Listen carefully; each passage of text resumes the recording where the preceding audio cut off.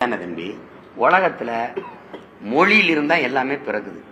நான் அந்த மொழியை பேசுறதுனால தான் நான் தமிழன். அந்த மொழியை நீண்ட காலமா பேசுறேன்.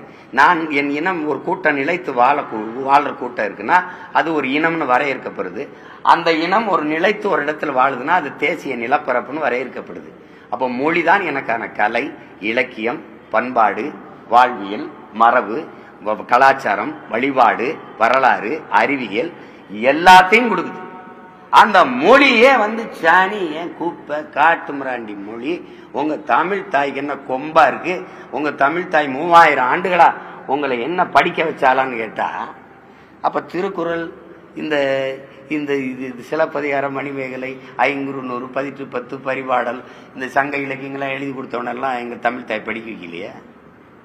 தமிழை சனியன்னு சொன்ன பெரியார் எந்த மொழியில் எழுதினாரு? சனியன்ல தானே எழுதினீங்க.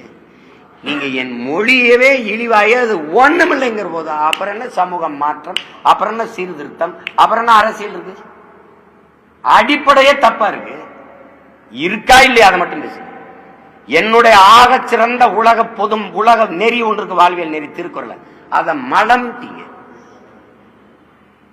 கம்பே ஒரு எதிரி, இளங்கோவடிகள் ஒரு எதிரி, இந்த திருவள்ளுமை ஒரு எதிரி.